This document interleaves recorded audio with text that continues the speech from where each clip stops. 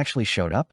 Daniel's voice dripped with contempt, his smile smug and practiced as he stood at the hotel entrance beneath a cascade of white roses and flickering lights. Beside him, the bride, Sophia, clung to his arm, her face frozen in a perfect, camera-ready smile. At the other end of the red carpet stood Emma, her dark green dress rippling in the wind. Three little girls stood beside her, each wearing matching bows in their hair. Emma didn't flinch. Her expression was calm, almost serene, but her eyes were sharp enough to cut through the tension in the air. The guests turned, whispers spreading like wildfire. Some were shocked, some amused. Others looked away, unsure which side to be on. The invitation had come from Daniel himself. He never expected she'd actually come. He thought she'd stay home, hiding. Still that same woman who used to skip meals to save money for him, who once worked 3 jobs, crying quietly as she scrubbed floors in the middle of the night. But now she stood before him, elegant, composed, untouchable. There was no anger in her eyes, only strength and a calm kind of dignity. "Daniel," Emma said evenly, her voice clear and steady.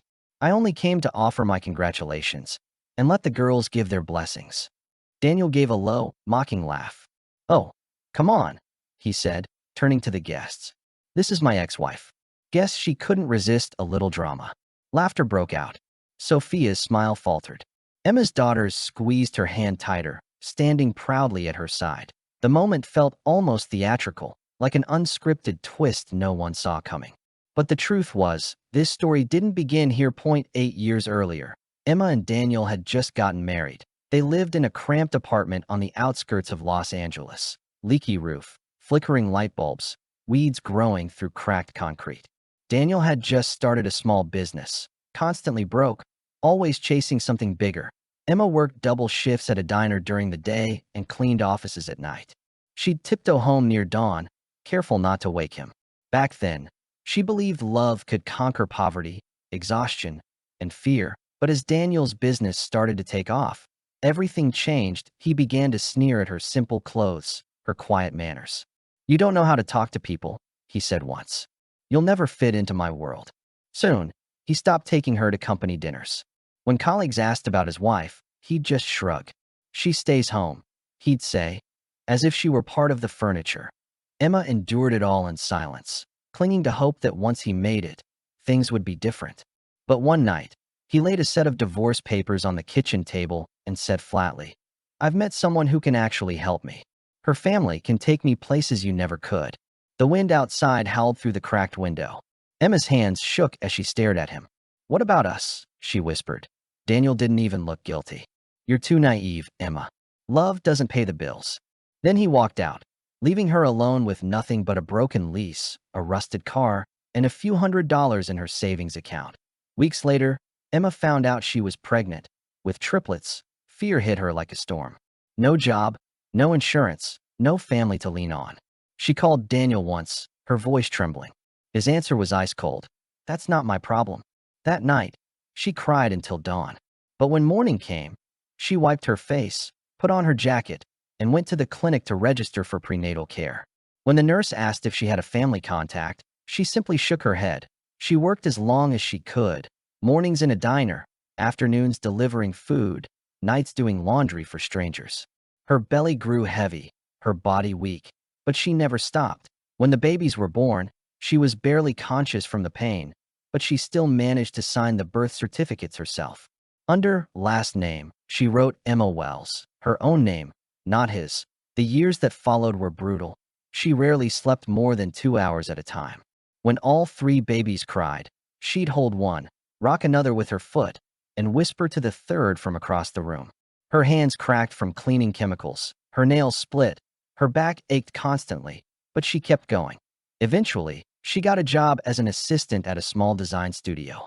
Her boss noticed her eye for detail and started teaching her the basics of design.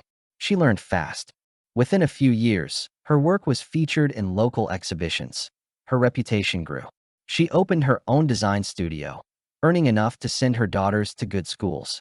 The shadows of her past began to fade beneath the glow of her hard-earned success. Then, one morning, she found a letter in her mailbox. A wedding invitation. Daniels. She stared at the embossed gold lettering for a long time, imagining the smug look on his face when he wrote her name. He wanted her to see his new life, to remember she had once been beneath him. For a moment, she almost threw it away. But then she thought of her daughters. She didn't want them growing up thinking silence was the same as strength so she booked a hotel, rented a car, and picked out 3 yellow dresses for the girls. It was time to face the past, in broad daylight. The wedding day dawned bright and blinding.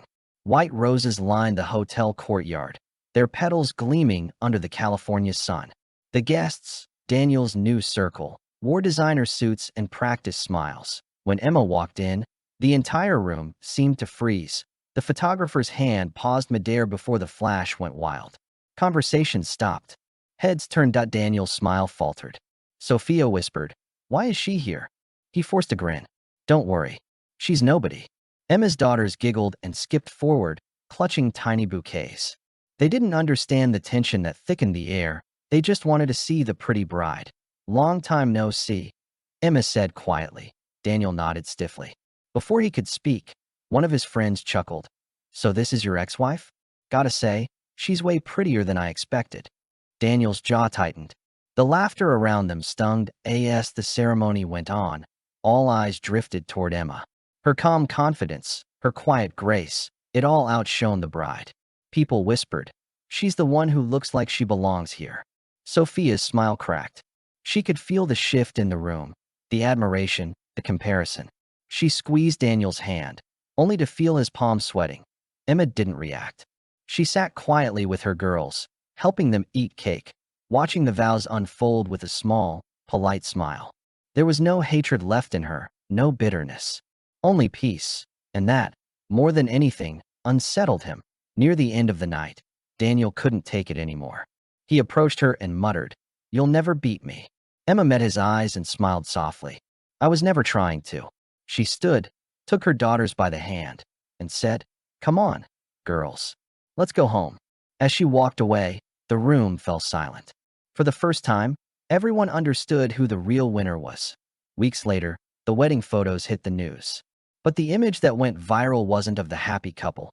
It was of Emma, walking into the ballroom with her 3 daughters, sunlight catching in her hair. The story spread. Investors pulled out of Daniel's company as rumors of his past cruelty resurfaced. His empire began to crumble. Meanwhile, Emma's design studio exploded in popularity. Her story, of resilience, independence, and quiet triumph, captured hearts across the country. People called her the phoenix from the ashes. Years later, Emma opened her second boutique in New York. On weekends, she took her daughters to Central Park to feed the pigeons. They laughed, chased each other under the trees, sunlight glinting through their hair. Once, during an interview, someone asked her, "If you could go back, would you forgive him?" Emma smiled faintly. "I don't need to forgive him," she said. "And I don't need to hate him either. I already won, not against him, but for myself." She had learned the ultimate truth. Real revenge isn't about destroying someone else, that it's about living so fully, so brightly, that the person who once broke you can no longer reach the world you've built. And in that quiet victory, Emma finally found peace.